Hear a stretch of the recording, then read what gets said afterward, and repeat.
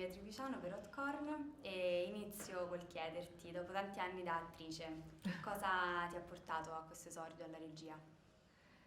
Avevo molta voglia di raccontare l'emancipazione e questa è una storia sull'emancipazione di due fratelli da una famiglia disturbata, malata, matta, dove sono cresciuti nell'incuria, nell'abuso, dove sono stati vessati e quindi non hanno mai avuto autostima, l'hanno sempre indeboliti i genitori, no? Come la vittima e il carnefice, no? Loro essendo vittime li hanno anche sempre molto difesi. Quindi mi piaceva l'idea che questi due personaggi così buoni, due anime buone, potessero salvarsi e riuscire a intercettare la felicità. Ecco, mi piaceva questa. E Matteo, com'è stato essere diretto da Michaela e come avete costruito la sinergia tra i vostri personaggi?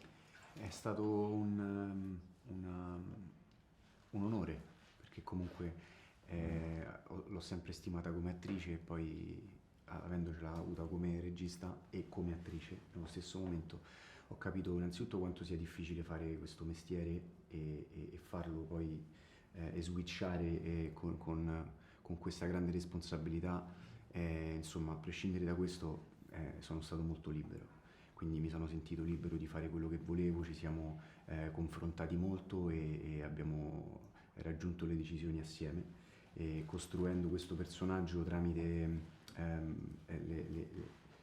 ascoltando le vite vissute di persone realmente affetti da depressione. Quindi ci siamo addentrati nel mondo della psichiatria, negli ospedali e quindi la costruzione è avvenuta qui. Poi la sintonia c'è stata in realtà dall'inizio, perché fondamentalmente anche come noi come persone siamo molto simili, perché veniamo da realtà simili e ci siamo insomma subito trovati, quindi è stato molto semplice. Tu, Michaela, sei stata diretta dai più grandi e le più grandi registe italiane, insomma. Chi ti sei portata di più dietro su questo set, in questo film? No, nessuno. Li ho lasciati, i grandi maestri li ho lasciati. No, è una cosa che io ho scritto perché avevo il desiderio di scriverla e di raccontarla. Non avevo chiesto alla produzione voglio fare un film. No, io volevo scrivere questa storia. Insieme a due mie amiche l'ho scritta.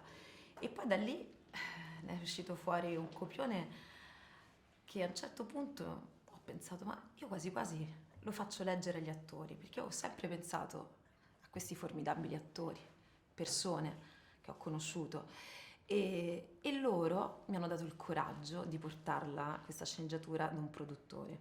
Quindi il produttore ha detto lo fai, però ti devi mettere tu a interpretare Desiree, e quindi ho avuto la faccia tosta anche di interpretarlo.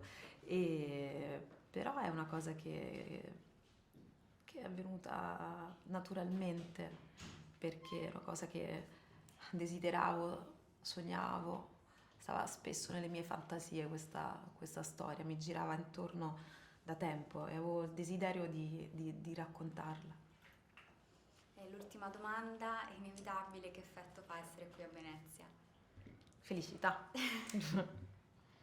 Beh, per me è la prima volta, quindi non è una vacanza, però è come se lo sia, perché è un'emozione grande, quindi è ancora da realizzare tutto quanto. Spero vada tutto bene. Grazie mille e complimenti ancora. Grazie.